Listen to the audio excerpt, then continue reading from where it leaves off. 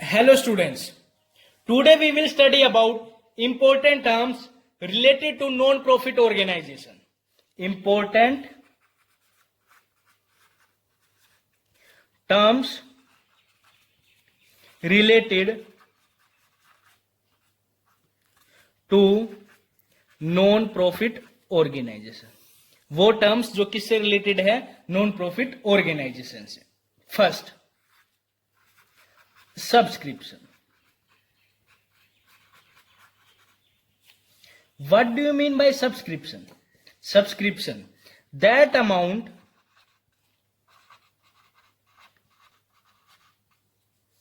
which is paid by the members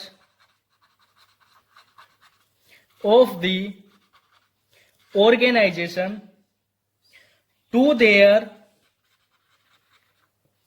organization on periodically basis. Periodically basis means monthly, quarterly, half yearly और yearly basis.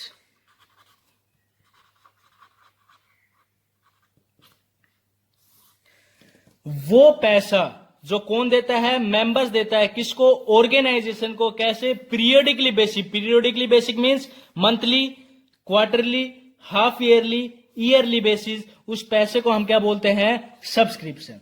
Let's see with example. Library.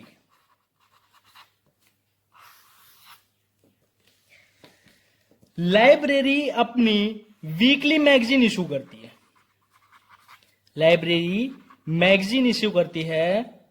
कैसे? Weekly. एक व्यक्ति है Ram. Ram library में जाता है और पूछता है जो आप वीकली मैगजीन इशू करते हैं उसकी सर्विस मेरे को लेनी है. कौन बोलता है? राम. कहां पर जाकर के? लाइब्रेरी में. बोला ठीक है, आपको मैगजीन की सर्विस वीकली अवेलेबल होगी, लेकिन उससे पहले आपको हमारी लाइब्रेरी का मेंबर बनना पड़ेगा. राम बोला ठीक है, हम आपके लाइब्रेरी के मेंबर बन जाएंगे, लेकिन मेंबर बनने के लिए आपको कुछ पैसे देने पड़ेंगे. Like as 500 rupees month. आपको हमारी लाइब्रेरी का मेंबर रहने के लिए 500 रुपए मंथली देने पड़ेंगे, ताकि आप वीकली जो मैगजीन इशू होती है उसकी आप सर्विस ले सके. तो जो पैसा राम दे रहा है किसको? लाइब्रेरी को. किसके लिए? वीकली मैगजीन के लिए, ताकि वो उस लाइब्रेरी का मेंबर बन जाए और उसको मैगजीन की सर्विस अवेलेबल हो. तो राम ने 500 रुपए लाइब्रेरी को दिए मेंबर बनने के लिए, ताकि वो अपनी मैगजीन जो वीकली मैगजीन लाइब्रेरी इशू करता है उसकी सर्विस ले सके. तो इसका मतलब कि राम ने 500 रुपए लाइब्रेरी को दिए हैं मेंबर बनने के लिए. जो पैसा लाइब्रेरी ने मेंबर बनने के लिए राम से लिया है वो पैसा क्या कहलाएगा? Subscription. That amount will be known as subscription. तो हम क्या कह सकते हैं? To be regular member of the organization, a amount of money is paid. That amount of money is known as subscription. जो पैसा राम ने लाइब्रेरी को दिया है मेंबरशिप लेने के लिए, वो पैसा क्या कहलाएगा? सब्सक्रिप्शन. अब किसी को भी लाइब्रेरी का मेंबर बनना है तो उसको क्या देने पड़ेंगे? पैसे देने पड़ेंगे. वो पैसे क्या कहलाएंगे? सब्सक्रिप्शन. तो इसका मतलब कि कोई भी लाइब्रेरी का मेंबर बन सकता है, लेकिन उसको क्या देने पड़ेंगे? पैसे देने पड़ेंगे. वो पैसे क्या कहलाते हैं? सब्सक्रिप्शन. तो कैसे नेचर सब्सक्रिप्शन है, तो इसका मतलब हमारे पास पैसा आ रहा है। तो पैसा कैसे नेचर, पैसा जो आ रहा है वो किस नेचर की इनकम होगी, वो हो गई रिवेन्यू नेचर रिसिप्ट। क्या हो गई, रिवेन्यू नेचर रिसिप्ट। तो इसका मतलब कि वो हमारी क्या है, इनकम है। और इनकम को हम कहा दिखाते हैं, इनकम एंड एक्सपेंडिचर अकाउंट के क्रेडिट साइड में। Credit side means income side, क्योंकि ये हमेशा हमें मिलती रहती है। जो भी लाइब्रेरी का मेंबर बनेगा उसको क्या देना पड़ेगा, अमाउंट ऑफ मनी। और वो अमाउंट ऑफ मनी क्या कहलाती है, सब्सक्रिप्शन। नेक्स्ट टर्म है लाइफ मेंबरशिप। लाइफ मेंबरशिप होती क्या है, that amount, that money which is received from the member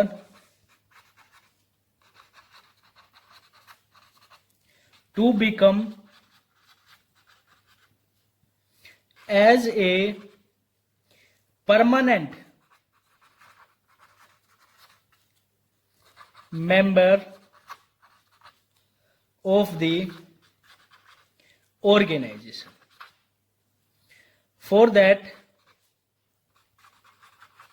members pay some amount in lump sum,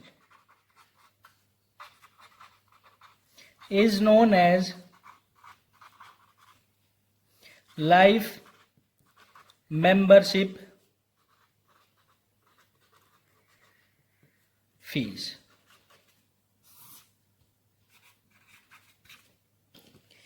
वो पैसा जो कौन देता है, मेंबर। परमानेंट मेंबर बनने के लिए किसका, ऑर्गेनाइजेशन का। तो वो मेंबर पैसा देता है इन लंप सम, किसमें, लंप सम में। जैसे हमने पीछे देखा था, लाइब्रेरी में राम ने मेंबर बनने के लिए कितना रुपया दिया था, 500 रुपीज मंथली। तो इसका मतलब कि जो 500 रुपीज मंथली वो दे रहा है मेंबर बने रहने के लिए, किसका, लाइब्रेरी का, वो क्या कहलाएगी, सब्सक्रिप्शन। वो क्या कहलाएगी, सब्सक्रिप्शन। अब राम बोलता है कि मेरे को आपकी लाइब्रेरी का परमानेंट मेंबर बनना है। तो परमानेंट मेंबर बनने के लिए राम जो पैसा देगा, परमानेंट मेंबर बनने के लिए राम लाइब्रेरी का पैसा, लाइब्रेरी को जो पैसा देगा वो कहलाएगा लाइफ मेंबरशिप फीस। राम बोलता है मुझे मंथली नहीं लेना, मेरे को आपकी लाइब्रेरी का क्या बनना है, परमानेंट मेंबर बनना है। जो भी आप सर्विस प्रोवाइड करवाओ मेरे को वो लेनी है, और वो कैसे रहनी है, मेरे को पूरे साल भर, पूरी लाइफ टाइम रहनी है, लेनी है आपकी सर्विस। तो हम मेरे को आपके लाइब्रेरी का क्या बनना पड़ेगा, बनना है परमानेंट मेंबर। जो परमानेंट मेंबर बनने के लिए राम जो पैसा देगा, कितना भी दे सकता है, एनी अमाउंट, जो राम लाइब्रेरी का परमानेंट मेंबर बनने के लिए जो पैसा देगा वो कहलाएगी लाइफ मेंबरशिप फीस। क्या कहलाएगी, लाइफ मेंबरशिप फीस। और ये कैसी नेचर की है, ये है कैपिटल नेचर रिसिप्ट। कैसी है, कैपिटल नेचर रिसिप्ट। तो इसका मतलब ये क्या है, लाइबिलिटी। क्या है, लाइबिलिटी। और ये कहां रिकॉर्ड की जाएगी, कहां शोन की जाएगी, liability side of balance sheet. Balance sheet की लाइबिलिटी साइड में, और एडिड टू कैपिटल फंड। या तो कहां दिखाई जाएगी, बैलेंस शीट की लाइबिलिटी साइड में, या कैपिटल फंड में ऐड कर दी जाएगी। सब्सक्रिप्शन का मतलब होता है कि अमाउंट देता है रेगुलर मेंबर बने रहने के लिए, जो पैसा देगा वो कहलाएगा सब्सक्रिप्शन। और जो लंप सम में जो अमाउंट दे रहा है, कौन, राम दे रहा है परमानेंट मेंबर बनने के लिए, किसका, लाइब्रेरी का, तो वो क्या कहलाएगी, वो अमाउंट क्या कहलाएगी, life membership fee. Next third one, entrance fees.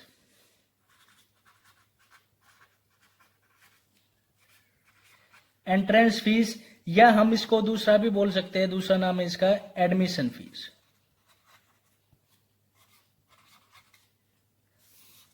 क्या होती है admission fees? That amount which is received by the organization from its member once in a time once or on regular basis is known as entrance fees या admission fees. Let's see with the example. Educational society, उसमें हम example ले रहे हैं school के. किसका? School के. कुछ स्कूल ऐसे हैं जो एडमिशन फीस एक बार जब बच्चे का एडमिशन करा दिया उसी टाइम एडमिशन फीस देनी पड़ती है, वंस इन ए टाइम. जब एक बार आपने एडमिशन करा दिया बच्चे का तभी आपको क्या देनी पड़ेगी? Admission fees. और कुछ स्कूल ऐसे हैं जो रेगुलर हर साल बच्चे की एडमिशन फीस लेते हैं. कुछ स्कूल ऐसे हैं जो एक बार एडमिशन करा दिया तभी एडमिशन फीस लगेगी, उसके बाद कोई एडमिशन फीस नहीं लगेगी. कुछ स्कूल ऐसे हैं जो रेगुलरली हर साल क्या लेते हैं? एडमिशन फीस, एंट्रेंस फीस लेते हैं. जो स्कूल लाइफ में एक बार एडमिशन फीस लेता है, एक बार बच्चे का एडमिशन करा दिया उसी टाइम आपको एडमिशन फीस देनी पड़ेगी. तो इसका मतलब कि एक बार दिए तो वो किस नेचर की बन गई? वो बन गई कैपिटल नेचर रिसिप्ट. जो एक बार ले रहा है ऑर्गेनाइजेशन वो कैसी बन गई? Capital nature receipt. और जो रेगुलरली ले रहा है मतलब कि हर साल ले रहा है तो वो बन गई हमारी रिवेन्यू नेचर रिसिप्ट. क्या बन गई? हमारी रिवेन्यू नेचर रिसिप्ट. जो साल में एक बार ले रहा है तो वो क्या बन गई? इसका मतलब कि हर साल ले रहा है तो वो क्या होगी? Revenue nature receipt. और जो लाइफ में जब एडमिशन कराते हैं बच्चे का तभी उस टाइम उससे एडमिशन फीस ली जा रही है, वो क्या कहलाएगी? Capital nature receipt. Capital nature receipt क्या होती है? लायबिलिटी. क्या होती है? लायबिलिटी. और कहां रिकॉर्ड की जाएगी? बैलेंस शीट की लायबिलिटी साइड में. कहां पे? बैलेंस शीट की लायबिलिटी साइड में. दूसरी बात आती है रेगुलर. तो इसका मतलब कि हर साल ले रहा है, वो हर साल ले रहा है तो इसका मतलब कैसे नेचर की रिसिप्ट होगी? Revenue nature receipt. Revenue nature receipt को हम क्या बोलते हैं? इनकम. और इनकम को कहां रिकॉर्ड करते हैं? इनकम एंड एक्सपेंडिचर अकाउंट के क्रेडिट साइड में. किस में? इनकम साइड में. किस नाम से रिकॉर्ड करेंगे? Entrance fees, admission fees. वो पैसा कौन ले रहा है? ऑर्गेनाइजेशन ले रहा है. किससे? अपने मेंबर से, या तो रेगुलरली या एक बार. उसको हम क्या बोलते हैं? Entrance fees. Next point is donation.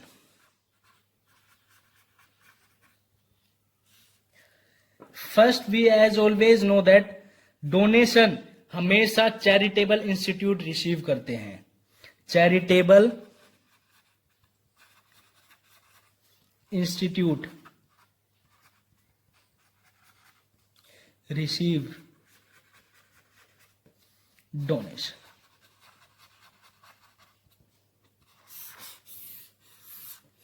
अब बात आती है जो डोनेशन होती है वो दो तरीके से मिलती है. ऑर्गेनाइजेशन को दो टाइप से डोनेशन मिलती है. एक डोनेशन होती है जनरल डोनेशन.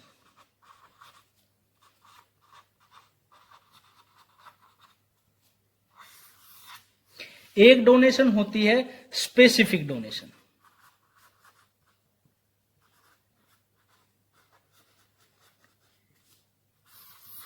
अब बात आती है कि जनरल डोनेशन क्या होती है. तो let's see that amount which is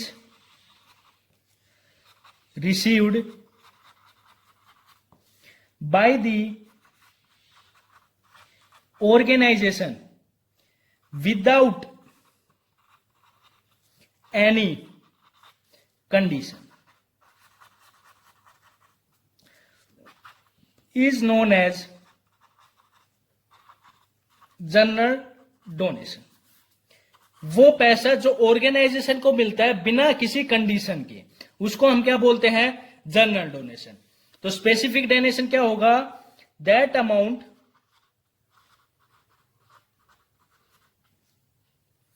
which is received by the organization with condition is known as specific donation. वो पैसा, वो अमाउंट जो ऑर्गेनाइजेशन को मिलती है कंडीशन के साथ, उसको हम क्या बोलते हैं? Specific donation. Like as building for donation, या donation for building, donation for pavilion. तो इसका मतलब कि जो ये डोनेशन बनी है वो किसके पर्पज के लिए बनी है? मिली है बिल्डिंग बनवाने के लिए। तो इसका मतलब ये कौन सी डोनेशन होगी? Specific donation. जो कंडीशन के साथ जो पैसा मिलता है ऑर्गेनाइजेशन को, वो कैसी डोनेशन कहलाती है? Specific donation. और जिसके लिए कोई भी कंडीशन नहीं लगी रहती, लाइक एक आदमी ने 1 लाख रुपए दिए ऑर्गेनाइजेशन को, 1 लाख रुपए ऑर्गेनाइजेशन को क्या दिए? डोनेशन।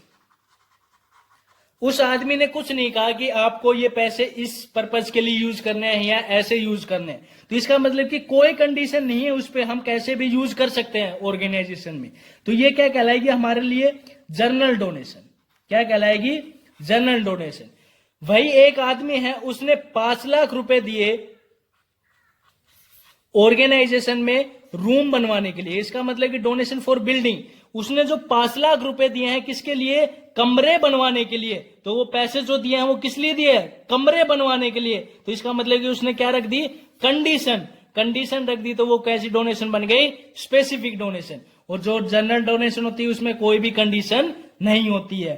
तो जो डोनेशन होती है जनरल डोनेशन, वो हमें हमेशा मिलती रहती है, इसलिए हम उसको कैसे नेचर की बोलते हैं? Revenue nature receipt. जो रिवेन्यू नेचर रिसिप्ट है, तो इसका मतलब वो हमारी क्या है? इनकम। इनकम है तो कहां रिकॉर्ड की जाएगी? इनकम एंड एक्सपेंडिचर अकाउंट के क्रेडिट साइड में। किसमें? इनकम में। ये तो होगी जनरल डोनेशन। अब बात आती है स्पेसिफिक डोनेशन क्या होती है? स्पेसिफिक डोनेशन किस नेचर की होती है? Capital nature receipt. तो कैपिटल नेचर रिसिप्ट से तो हमारी क्या हो गई? लायबिलिटी। लायबिलिटी हो गई तो कहां रिकॉर्ड की जाती है लायबिलिटी? बैलेंस शीट की लायबिलिटी साइड में।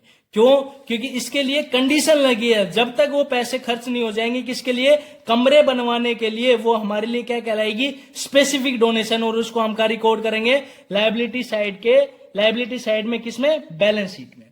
और इसके लिए हमारा कोई कंडीशन नहीं है। तो इसका मतलब कि हम इस पैसे को ऑर्गेनाइजेशन में किसी भी पर्पज के लिए यूज कर सकते हैं। तो इसलिए ये हमारी क्या बन गई?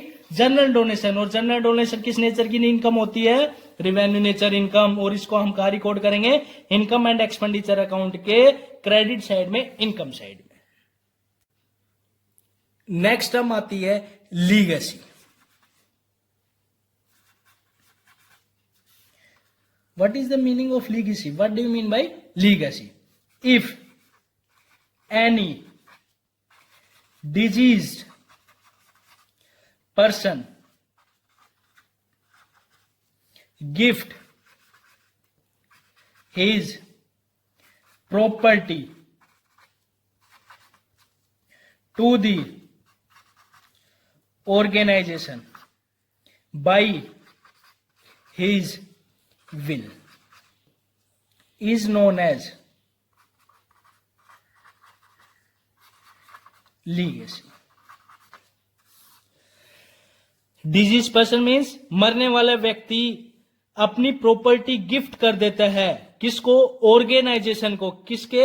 अपने इच्छा अनुसार, अपनी विल के अकॉर्डिंग ऑर्गेनाइजेशन को अपनी प्रॉपर्टी गिफ्ट कर देता है। कोई भी व्यक्ति, कौन व्यक्ति, मरने वाला व्यक्ति, उसको हम क्या बोलते हैं, लीगेसी। और इसका मतलब हमें पता है कि मरने वाला व्यक्ति कभी कभार ऑर्गेनाइजेशन को क्या करता है, गिफ्ट करता है, क्या चीज, प्रॉपर्टी, अपनी इच्छा के अनुसार। तो ये इसलिए हमारे लिए क्या रहेगी, capital nature receipt. Capital nature receipt है तो हमारी क्या हो गई, लायबिलिटी। लायबिलिटी है तो कहां रिकॉर्ड की जाएगी, बैलेंस शीट की लायबिलिटी साइड में। तो इसका मतलब क्या हो गया, legacy. Legacy means if any disease person, कोई मरने वाला व्यक्ति, गिफ्ट हिज प्रॉपर्टी, अपनी प्रॉपर्टी गिफ्ट में दे देता है, किसको, ऑर्गेनाइजेशन को, बाय हिज विल, अपनी इच्छा के अनुसार, इच्छा अनुसार, तो उसको हम क्या बोलते हैं, legacy. Next term is honorarium. Honorarium, honorarium होता क्या है, दैट अमाउंट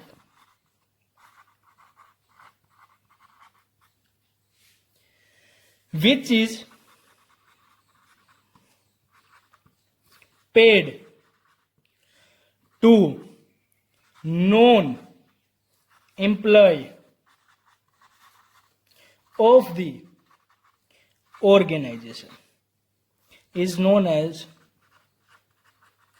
honorarium। वो पैसा जो किसको देता है ऑर्गेनाइजेशन, नॉन एम्प्लॉय, उसको हम क्या बोलते हैं, ऑनोरेरियम। वो पैसा जो ऑर्गेनाइजेशन अपने एम्प्लॉय को नहीं देता, इसका मतलब वो कैसे एम्प्लॉय है, नॉन एम्प्लॉय है, ऑर्गेनाइजेशन का एम्प्लॉय नहीं है, और उसको वो पैसा दे रहा है, वो क्या कहलाएगा, ऑनोरेरियम। एग्जाम्पल, स्पोर्ट्स क्लब है, स्पोर्ट्स क्लब मैच करवाता है, स्पोर्ट्स क्लब मैच ऑर्गेनाइज करवाता है, उसके पास एम्पायर नहीं है, वो एम्पायर बाहर से बुलाता है, बाहर से मैच में अपने एम्पायर्स बुलाता है मैच को जस्टिफाई करने के लिए, जो उसको फीस दी जाएगी, किसको, एम्पायर को, वो कहलाएगी honorarium.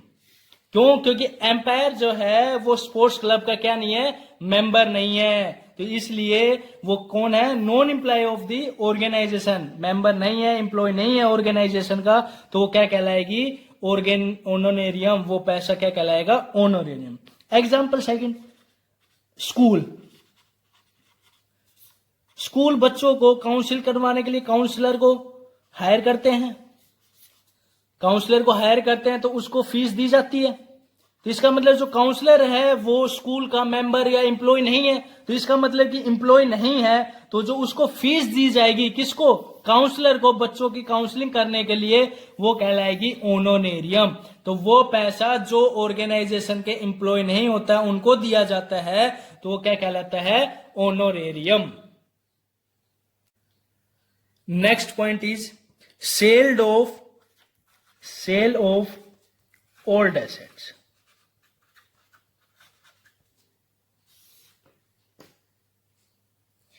If an asset is sold and amount is received, from sale of asset is compared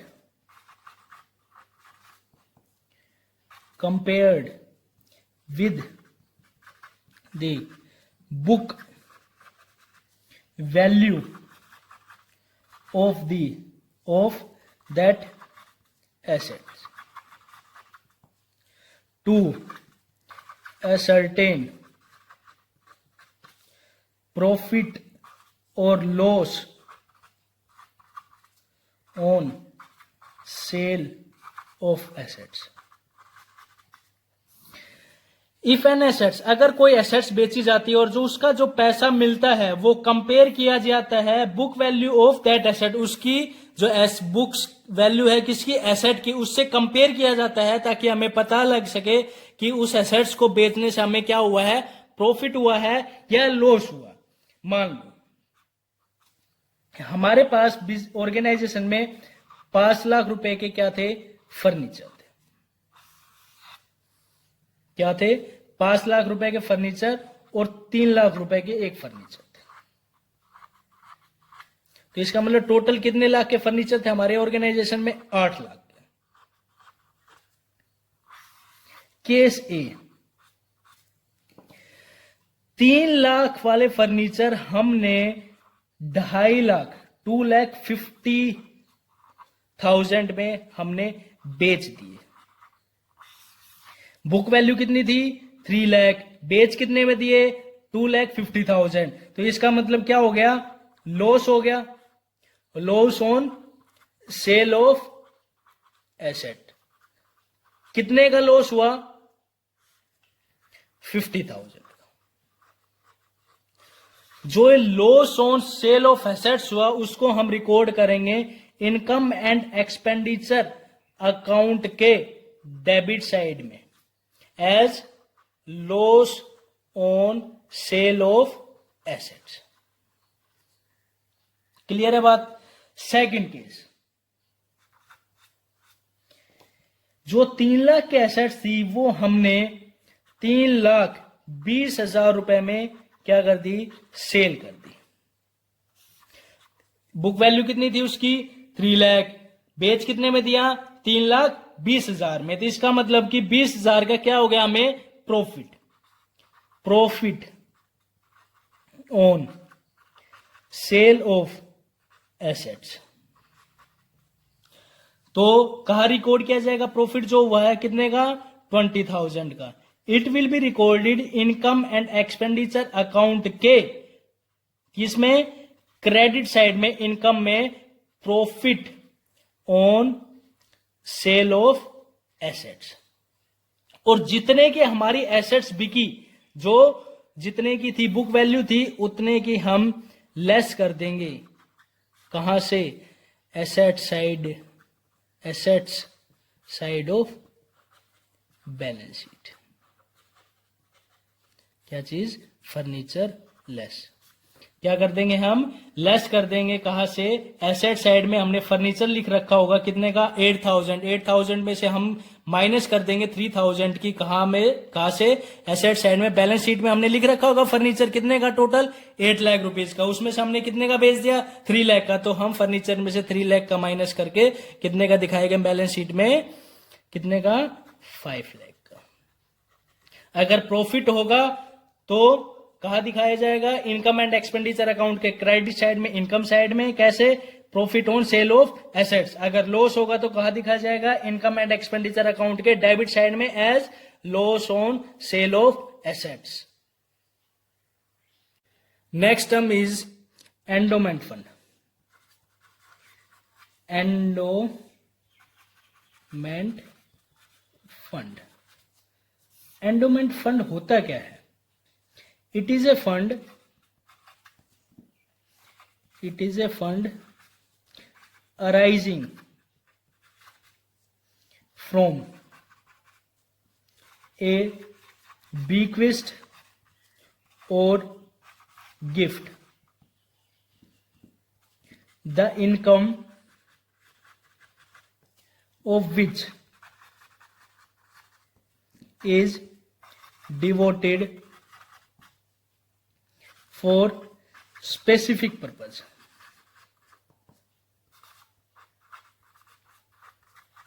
is known as endowment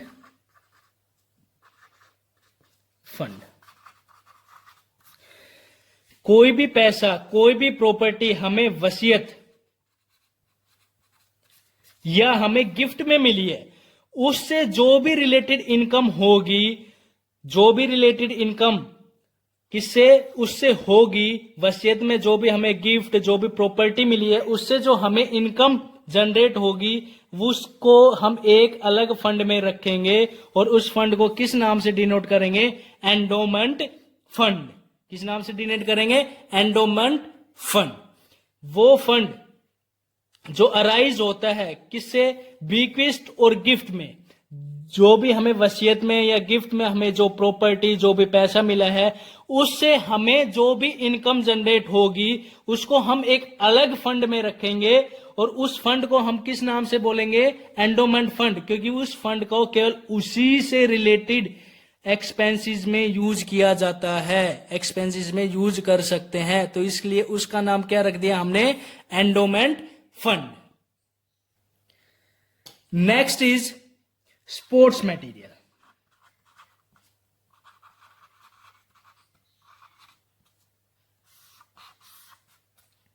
sports material and sports equipment.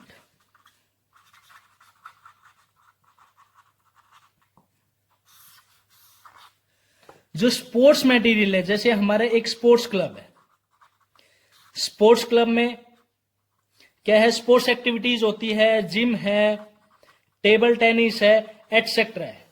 जो स्पोर्ट्स मटेरियल है स्पोर्ट्स क्लब में, like as bat, ball, badminton, et cetera, इनको हम क्या बोलते हैं? Sports material. और जो हमारा जिम है, जिम की जो मशीनें हैं, gym machine,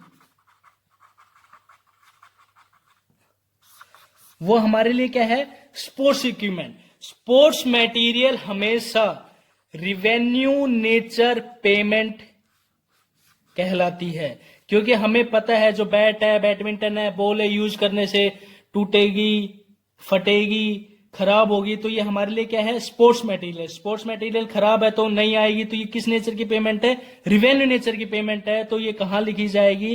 income and expenditure account के डेबिट साइड में। किसमें? एक्सपेंडिचर साइड में। और स्पोर्ट्स इक्विपमेंट है, जिम मशीन हमने खरीद ली, तो इसका मतलब कि उसका यूज लंबे टाइम पीरियड तक रहेगा, तो ये हमारी किस नेचर की पेमेंट है? Capital nature payment. क्या है? Capital nature payment. तो ये कहां लिखी जाएगी? बैलेंस शीट की एसेट साइड में, बैलेंस शीट की एसेट साइड में। ओके,